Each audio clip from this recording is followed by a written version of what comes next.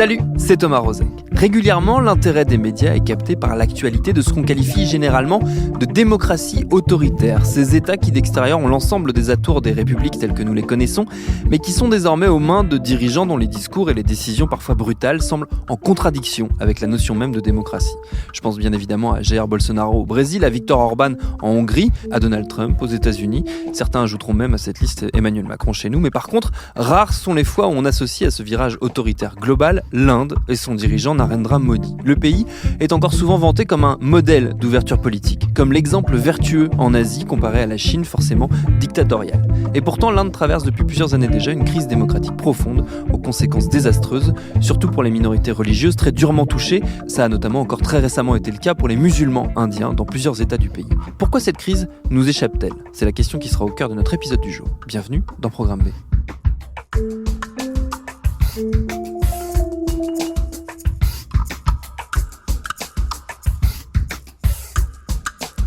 D'abord, pour qu'on ne soit pas totalement paumé, un peu d'histoire. L'Inde est officiellement un système démocratique indépendant depuis 1950. Sa constitution fait d'elle une république souveraine, socialiste, laïque, démocratique. C'est écrit comme ça. Elle fonctionne de manière parlementaire sur le modèle de son ancien colonisateur, le Royaume-Uni. C'est-à-dire qu'elle dispose d'un président de la République élu au suffrage indirect et dont le rôle est plutôt décoratif puisque l'essentiel du pouvoir réel est détenu par le Premier ministre qui, lui, est le chef de la majorité ou de la coalition majoritaire élue au Parlement. Jusque-là, c'est assez classique. L'Inde, par ailleurs, est une fédération, c'est-à-dire qu'elle est composée de plusieurs États, 29 en tout, auxquels s'ajoutent 7 territoires de l'Union. L'Union, c'est le nom du pouvoir central, donc que dirige le Premier ministre et qui a la main notamment sur la monnaie, la politique étrangère, la défense nationale, etc. Le Pandit Nehru, Premier ministre de l'Inde, est arrivé au Bourget où il a été accueilli à l'indienne par sa sœur, ambassadrice à Washington. Accompagné de M. René Pleven et de M. Schuman, il allait aussitôt à l'Élysée rendre visite au président Auriol. Il devait lui exprimer sa conviction de voir la paix triompher en dépit de la crise extrême-orientale. Le Premier ministre de l'Inde a marqué durablement la politique du pays et l'image qu'on en a vue de l'extérieur. Il s'appelait Jawaharlal Nehru, il a dirigé le gouvernement central pendant 17 ans jusqu'à sa mort en 64. Il est à l'origine d'une véritable dynastie politique puisque sa fille et son petit-fils ont tous les deux été Premier ministre. Indira Gandhi d'abord, 2 fois, de 66 à 77, puis de 80 à 84, et Rajiv Gandhi, le fils d'Indira, de 84 à 80. Ils ont par ailleurs été l'un comme l'autre assassinés et n'ont aucun lien de parenté direct avec le Mahatma Gandhi, même si Nehru fut un de ses proches au sein du parti du Congrès. Le Congrès, c'est le parti qui a incarné la principale force politique d'Inde pendant les dernières décennies. Il est toujours aux mains de la famille Nehru-Gandhi, mais a largement périclité électoralement. Il a été rongé par des scandales de corruption et a laissé le champ libre à l'actuel Premier ministre Narendra Modi, qui lui est à la tête du BJP, le Bharatiya Janata Party, un parti nationaliste hindou issu, et on va en parler, d'un groupe paramilitaire très controversé. Mais avant ça, je vais laisser la parole à notre invité du jour, la journaliste de Courrier International Ingrid Terwat, qui connaît par cœur toutes ces complexes dynamiques puisqu'elle a notamment consacré sa thèse de doctorat en sciences politiques à l'Inde et signé bon nombre d'articles et d'ouvrages sur le nationalisme hindou. J'ai commencé par lui demander s'il était correct de dire, comme je l'avançais au tout début de cet épisode, que l'Inde, sous la gouvernance de Narendra Modi, était devenue une démocratie autoritaire.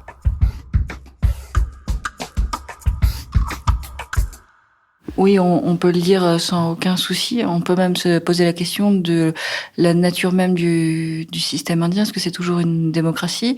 C'est une question qui se pose, à laquelle on peut pas dire un franc ni oui, ni un franc non, à vrai dire. Donc c'est assez problématique. Après, c'est sûr qu'en France, les médias sont largement responsables de cette idée que c'est toujours la plus grande démocratie du monde. Et c'est un espèce de cliché qui est véhiculé sans cesse et qui empêche un peu l'analyse. En fait, depuis plusieurs années, notamment sous le régime de Narendra Modi, l'actuel Premier ministre, qui a été réélu en mai 2019 pour 5 ans, mais qui est au pouvoir en Inde depuis 2014, bien l'Inde a les atours formels d'une démocratie, c'est-à-dire qu'il y a des élections qui ont lieu à intervalles réguliers, avec plusieurs partis, plusieurs candidats dans chaque parti. Et pourtant, dans son fonctionnement, on ne peut pas dire que les libertés soient garanties, que les minorités soient protégées. Il y a beaucoup de caractéristiques d'un régime autoritaire. Il y a un point notamment qui nous a fait tiquer, nous a poussé à nous interroger, c'est ce qui est en train de se passer dans l'Assam, dans la région de l'Assam, autour des minorités musulmanes. Est-ce qu'on peut expliquer un peu qu'est-ce qui est en train de se dessiner dans cette zone très particulière du pays ? Alors c'est une histoire assez compliquée, c'est pas facile de vous résumer ça, mais donc l'Assam est une région de l'Inde. L'Inde est une fédération, c'est un État de l'Inde, donc, au sein de la fédération indienne, qui est limitrophe du Bangladesh. Et il y a une population autochtone locale qui voit depuis longtemps, d'un œil circonspect pour le moins, la présence de gens non locaux, non autochtones. Ça peut être des hindous qui viennent du Bengale, des non-hindous qui viennent du Bengale, ou une population qui viendrait du Bangladesh. Donc ça, c'est un sujet de tension depuis de nombreuses années. Et ce qui se passe là, en ce moment, pour revenir à l'actualité, c'est que le gouvernement a décidé de faire un recensement des Assamais indiens et des non-indiens, et de mettre sur une liste d'étrangers, de façon quand même très problématique, plein de gens. Et les gens sont sommés de produire des documents d'état civil qui n'existent pas toujours, enfin qui sont parfois très compliqués à produire, et pour prouver qu'ils sont indiens. Ou alors pour dire voilà qu'ils doivent changer de liste. Et il y a eu beaucoup d'erreurs. Il y a par exemple des militaires qui ont servi sous les drapeaux indiens, qui sont indiens depuis X générations, qui sont retrouvés placés sur la liste des étrangers.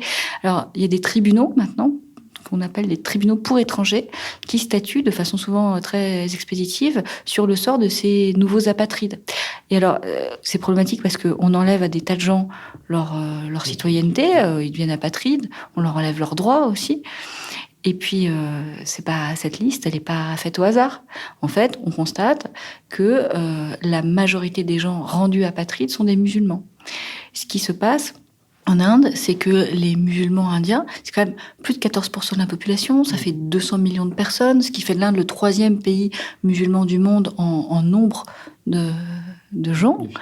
Eh bien, ces musulmans, ils sont relégués à un statut de citoyen de second rang, à qui on peut enlever des droits, qu'on peut parquer dans un état sans communication comme au Cachemire, qu'on peut rendre apatride. Les soi-disant étrangers, je dis soi-disant, en Assam, eh bien, maintenant, on a décidé de les mettre dans des camps, dans des espèces de camps d'internement. Ça rappelle ce qui se passe avec les Ouïghours en Chine, puis ça rappelle d'autres choses qui sont passées en Europe au XXe siècle. C'est pas des camps de concentration, c'est des camps d'internement. Des intellectuels indiens opposants ont parlé de goulag. Voilà, ça c'est ce qui se passe en Inde, en Assam. Donc effectivement, dans ces conditions, est-ce que l'Inde est une démocratie ? Est-ce que la dictature de la majorité, c'est la démocratie ? Pas vraiment, non. Ce que ça illustre aussi, et on en revient au début de notre conversation, c'est que Narendra Modi a opéré depuis plusieurs années, depuis qu'il est au pouvoir, un recentrage, on va dire, politico-religieux, qu'on a du mal à appréhender de notre point de vue occidental, parce que forcément, ce sont des dynamiques qu'on connaît assez mal. Est-ce qu'on peut l'expliquer ? En fait, c'est des dynamiques qu'on connaît très bien, à vrai dire. Parce qu'on est très familier en Europe du fascisme, qui est né en Europe, et qui n'avait pas forcément en Europe cette teinte, cette coloration religieuse, mais qui l'a en Inde. Narendra Modi, il est représentant d'un parti et plus généralement d'un mouvement nationaliste hindou dont la maison mère est une milice. Son parti, le BJP, est une émanation de la milice. C'est pas l'inverse. C'est pas un parti qui aurait une petite force armée d'extrémistes. Non, c'est l'inverse. Et cette milice, elle a été créée en 1925 sur le modèle des faisceaux mussoliniens. Il y a vraiment une genèse commune entre le fascisme européen et le fascisme hindou-indien. Donc, ce qu'on vit actuellement, c'est le prolongement de ça. Et Narendra Modi, lui, est un défenseur tout à fait ouvert. Enfin, c'est dans ses programmes, c'est écrit noir sur blanc, ouvert, assumé, d'une idéologie qui s'appelle l'idéologie de l'Hindutva. Hindutva, ça veut dire l'hindouité, on pourrait traduire ça comme ça. Et c'est pas juste la défense du droit des hindous, parce que ça, au fond, personne n'y serait très opposé, mais c'est surtout de faire de l'Inde, qui est pourtant, selon sa constitution, un pays laïque, un pays hindou. où les hindous seraient privilégiés et où les autres devraient se soumettre et seraient au mieux tolérés.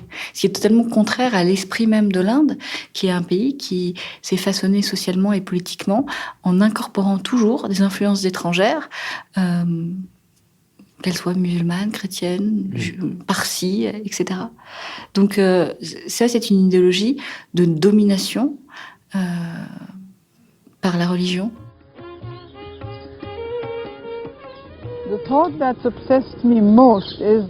Ma pensée a toujours été obsédée par la liberté. Il fallait d'abord, bien sûr, nous libérer de la tutelle coloniale, avoir notre propre gouvernement. Ceux qui sont libres ne peuvent imaginer l'humiliation de ne pas l'être. Cela ne se situe pas dans l'imagination. Cela vous frappe à chaque instant. Certaines rues de nos villes, par exemple, étaient interdites aux Indiens. Si vous étiez Indien et si vous voyagiez dans un compartiment que vous aviez réservé et payé, et qu'un soldat anglais passe et dise « Je veux ce compartiment », il jetait vos bagages dehors et tant pis pour vous. Comment est-ce que cette idéologie, justement, si elle est tellement en contradiction avec ce qui constitue même l'Inde, s'est retrouvée au pouvoir en premier rang? Qu'est-ce qui s'est passé? Qu'est-ce qui a merdé, j'ai envie de dire, dans le processus démocratique indien pour qu'on en arrive là? Je ne sais pas si c'est quelque chose qui a merdé dans le processus démocratique ou si c'est au contraire peut-être le résultat de la démocratie. Modi a été élu démocratiquement, on peut pas lui enlever ça, et il a été élu 2 fois, pas juste une fois. Donc c'est comme d'autres dictateurs sont arrivés au pouvoir par les urnes. C'est très compliqué. C'est pas forcément le système électoral qui est fautif. Il y a beaucoup d'explications qui permettent de comprendre l'avènement du nationalisme hindou. D'abord, c'est pas récent. C'est un mouvement très ancien qui travaille depuis très longtemps à l'étranger comme en Inde, qui lève des fonds à l'étranger. Il est très soutenu par la diaspora indienne. Il a aussi doublé son discours ultranationaliste anti-musulman pro-hindou d'un discours ultra-libéral sur le plan économique. Donc il a eu le soutien des grosses entreprises. Bon, le discours sur le développement économique, les gens en reviennent un peu parce que les chiffres de l'économie indienne sont quand même très mauvais, les chiffres de la croissance notamment. Mais voilà, ça a été une alliance de classes dominantes, industrielles, la bourgeoisie, intéressée vraiment par les bénéfices matériels qu'elle pouvait tirer de ce régime, donc c'est l'alliance de ça, et de gens qui se sentaient peut-être laissés pour compte, ou qui se sont sentis menacés dans leur fierté, ou qui avaient une envie d'affirmer leur fierté hindoue. Ce qui est un paradoxe parce que les hindous représentent plus de 80% de la population et qu'ils ne sont pas menacés. Mais c'est le fruit aussi d'années, de décennies de propagande où on explique que les musulmans veulent convertir les hindous de force, voire les noyer démographiquement.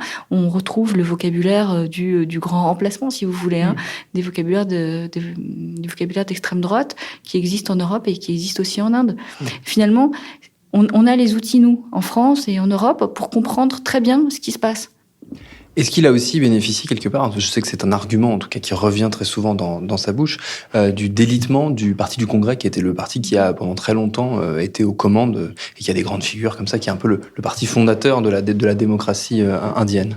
Oui, c'est sûr qu'il n'y a pas, en tout cas, il y a eu ce délitement du Parti du Congrès qui n'a pas su se renouveler, qui est resté dans un fonctionnement quand même assez dynastique, bien que tous les partis, en fait, ont un fonctionnement assez dynastique, dont le parti de Narendra Modi, mais en tout cas, qui n'a pas su s'affranchir de la mainmise de la famille Nehru-Gandhi. Il y a eu beaucoup d'affaires de corruption, il y avait aussi une lassitude des gens. Donc, il y a ça. Et là, ce qu'on constate, c'est qu'il n'y a pas d'opposition. Il n'y a plus.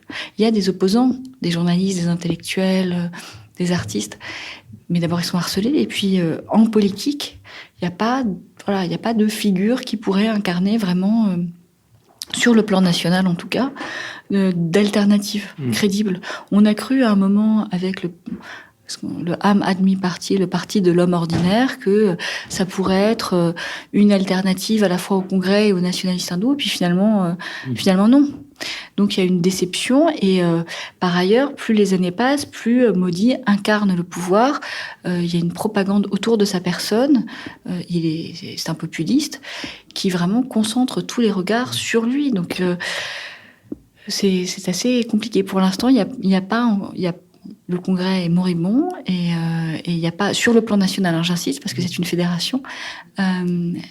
Il semble pas y avoir de force qui puisse faire contrepoids. Est-ce qu'aussi, si Narendra Modi ne nous apparaît pas, ne nous est pas présenté en tout cas, comme un dictateur ou un fasciste ou comme étant à la tête d'un État autoritaire, c'est parce qu'il incarne un partenaire commercial qui est extrêmement intéressant pour de nombreuses puissances occidentales, en tout cas présenté comme tel? Je crois qu'il y a deux raisons. Celle dont vous parlez, évidemment, et puis une autre qui est liée à notre perception orientalisante, exotisante de l'Inde. On a cette idée totalement fausse, ou en grande partie fausse, que l'Inde est un pays non violent, est une démocratie presque de façon essentialiste et essentielle par opposition à la Chine qui serait ontologiquement dictatoriale. Donc voilà, l'Inde, la plus grande démocratie du monde, non violente, etc. On a cette idée-là qui n'est pas tout à fait exacte. Et par ailleurs, même quand on sait les torts de Narendra Modi, on peut dire que nous, les Français, enfin nous, le gouvernement français en tout cas, on s'assoit largement sur les droits de l'homme, sur même des engagements qu'on avait pris quand on a décidé, avec l'Union européenne, bien sûr, d'interdire de territoire Narendra Modi à cause des pogroms qu'il avait laissé orchestrer quand il était à la tête du Gujarat en 2002. Donc on s'assoit sur tout ça. Pourquoi ? Bah oui, parce qu'on a intérêt à vendre des avions, à vendre des équipements, parce que c'est un grand marché potentiellement, parce qu'on a des intérêts stratégiques sur le plan géopolitique, aussi pour contrer la Chine. Donc oui, il y a un pragmatisme défendu comme tel, comme pragmatisme, et qui pourrait être analysé ou perçu comme une forme de compromission. Est-ce que peut-être du point de vue du grand public, pour le coup, la médiatisation qui commence de la situation, notamment dans l'Assam et du Cachemire, peut faire évoluer notre perception, justement, en tout cas nous pousser à nous interroger un peu plus sur ce qui est concrètement en train de se passer en Inde? Le fait que vous me posiez la question, ça veut dire que vous la posez, qu'il y a plein d'autres gens, il y a des auditeurs qui doivent se poser la question aussi. Oui. En fait, on commence à découvrir, en France en tout cas, le vrai visage de Narendra Modi, parce que là, depuis sa réélection, il a décidé de taper très fort avec des mesures vraiment anti-musulmanes, hyper autoritaires, anti-minorités de façon générale, et en laissant totalement tomber son discours sur l'économie. Donc il ne fait qu'appliquer son programme d'hindouisation à marche forcée. Donc oui, on se rend compte maintenant, depuis le mois de mai-juin, et particulièrement avec ce qui s'est passé, ce qui se passe toujours au Cachemire, et ce qui se passe en Assam, cet aspect très très dérangeant de Modi et du mouvement qu'il incarne. Par exemple, au Cachemire, on en a beaucoup parlé cet été, et ce qui est compliqué, c'est qu'on en parle moins et qu'on en parlera moins. Mais ça continue, en fait. Et l'Inde compte sur une espèce de lassitude, et c'est vrai que l'opinion internationale s'est pas vraiment émue. On s'émeut sur le coup, et puis après on laisse tomber, on passe à la prochaine catastrophe. Mais là, par exemple, il y a 13 000 jeunes adolescents, des garçons de 11, 12, 13 ans, qui ont été arrêtés au Cachemire, détenus, parfois torturés. Et ça se passe. Il y a un blocus, il y a une propagande en Inde, blocus de l'information, mais malgré tout, il y a des journalistes qui sont sur le terrain et qui arrivent à sortir les infos, beaucoup dans la presse étrangère, et on continue à en parler. Donc la situation perdure, et les gouvernements étrangers détournent les yeux pour des raisons souvent stratégiques et commerciales, et l'opinion publique doit continuer à être sans arrêt alertée parce que ça ne cesse pas, en fait. C'est pas un événement qui s'est passé en août et puis c'est réglé. Ça continue.